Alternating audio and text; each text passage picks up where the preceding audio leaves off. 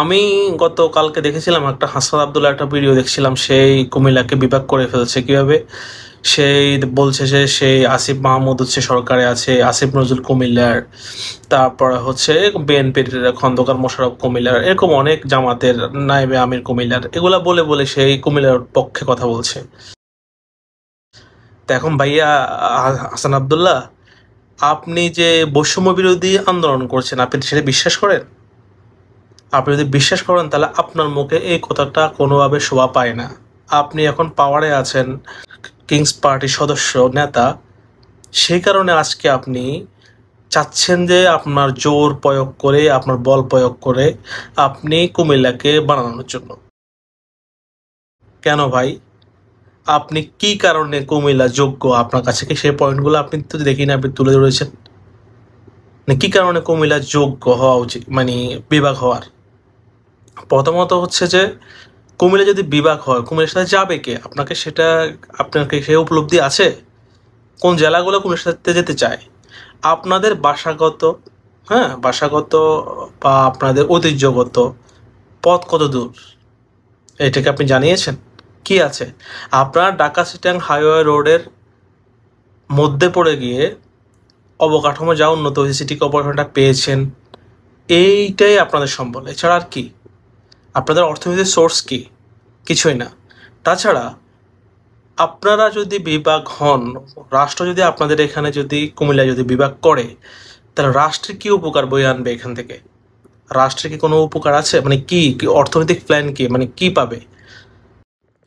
আমি কেন নোয়াখালী বিভাগ চাই অ্যাজ এ নোয়াখালীলা, আজকে আমি এই ভিডিওর মাধ্যমে সেটা শেয়ার করব। প্রথমত হচ্ছে, আমাদের যারা রাষ্ট্র চালায় বা রাষ্ট্র নিয়ে ভাবে আর কি, তাদেরকে খেয়াল আছে যে আমাদের একটা চোখ পয়েন্ট আছে, সেটা হচ্ছে ফেনীতে, যেটা ইন্ডিয়া ত্রিপুরা দিয়ে তাদের সেনা উপস্থিতি বাড়িয়েছে। আমরা কি এটা নিয়ে চিন্তিত? আজ পর্যন্ত আমি আজ পর্যন্ত কোনো ভিডিও শুনি নাই যে ভিডিওতে আমি দেখেছি যে বাংলাদেশের মানুষজন এটা নিয়ে চিন্তা করছে। বাংলাদেশের মানুষজন চিন্তা করছে কিভাবে কার ধান্দা উন্নত করা যায় সেটা নিয়ে।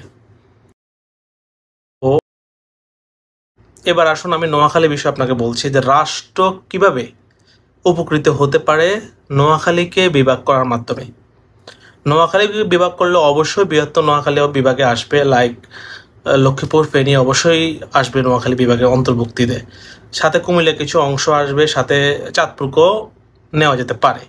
আপনি কি জানেন যে নোয়াখালীতে বিশাল বড় চর বেশি উঠেছে বঙ্গোপসাগরে, সেখানে কম পক্ষে 1 কোটি মানুষকে জায়গা দেওয়া সম্ভব, কম পক্ষে। আপনি কি জানেন সেটা? আপনি জানেন না। তো আপনি যদি না জানেন তাহলে আপনি কিভাবে বুঝবেন? প্রথমত হচ্ছে নোয়াখালীর সাথে কানেক্ট আছে, সেটা হচ্ছে সমুদ্র কানেক্ট আছে। আপনি যদি সমুদ্রের সাথে আমরা যদি চাই, আমরা চাইলে একটা বন্দর করতে পারি, যেটা চিটাগাংয়ের বিকল্প হতে পারে। কারণ নোয়াখালীর লক্ষ্মীপুর বা এই অঞ্চল এমনিতে অর্থনৈতিকভাবে বাংলাদেশের নাম ডাক আছে। হ্যাঁ, নোয়াখালীর চৌমুহনী বাজার বাংলাদেশের 3য় বৃহত্তম বাজার।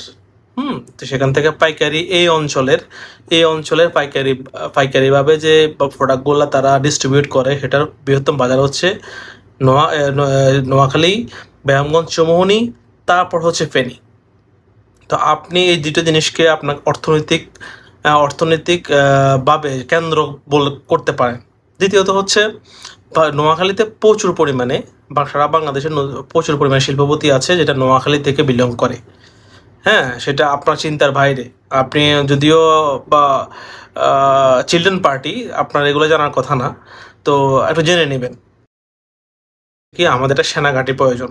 কোথায়?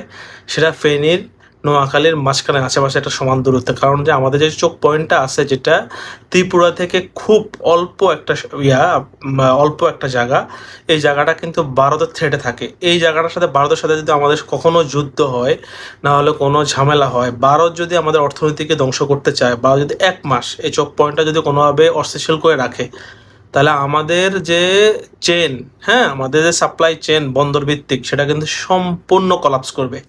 তাহলে বাংলাদেশের অর্থনীতি কোথায় যাবে? আমাদের চারপাশে ভারত, ভারত থেকে আমদানি করি, আর দ্বিতীয়ত হচ্ছে ফোর্টের মাধ্যমে অন্যান্য রাষ্ট্র থেকে আমদানি করি বা আমাদের প্রয়োজনীয় জিনিসগুলো নিয়ে আসি। কিন্তু আমরা যদি সেটা ব্যাহত হই, মানে ফোর্টের মাধ্যমে, চিটাং পোর্টের মাধ্যমে যদি ব্যাহত হই, তাহলে আমাদের কি উপায় হবে? হ্যাঁ, সে উপায় হতে পারে নোয়াখালীতে আপনি যদি একটা বন্দর করেন। কারণ আপনি যদি নোয়াখালী বিভাগ করেন, বিভাগের পরে যদি আপনি সেখানে যদি একটা সেনাঘাঁটি করেন, প্লাস আপনি যদি সেখানে কি বলে নৌঘাঁটি করেন, হ্যাঁ, সেখানে যদি আপনি অলরেডি একটা সেনা ঘাঁটি আছে নোয়াখালীতে, সেনার প্রশিক্ষণ কেন্দ্র, আপনি যদি সেখানে যদি কি বলে এটাকে বন্দর করেন, তাহলে চেনটা কীভাবে কাজ করবে? চেনটা হচ্ছে কি একদম বন্দর টু ফেনী, লক্ষ্মীপুর, তারপর হচ্ছে কুমিল্লা হয়ে একদম ঢাকা, সারা দেশে কানেক্টিভিটি।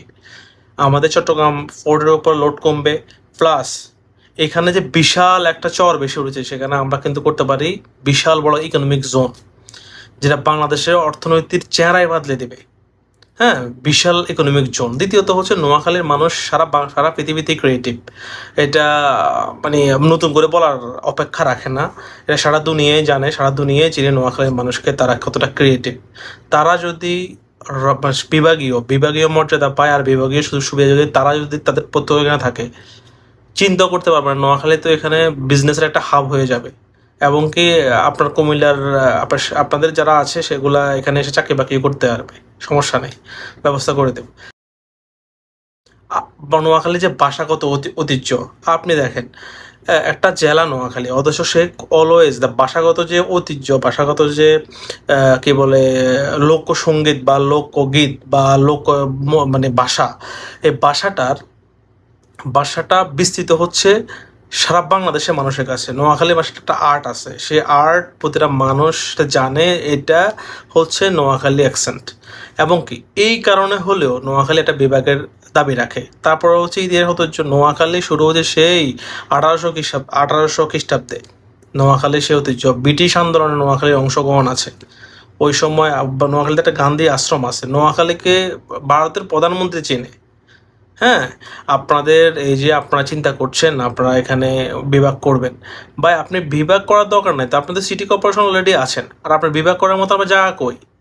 ভূমি অধিগ্রহণ কোথায় করবেন, কোন জায়গায় করবেন, কোথায় প্লেসটা কই? সেরকম কোনো কিছুও নাই। মানে জোর করে মানে দিবেন, আর হাসিনা গল্প শুনবেন, হাসিনা আপনাকে দেয় না এই জন্য বসানো হয়েছে।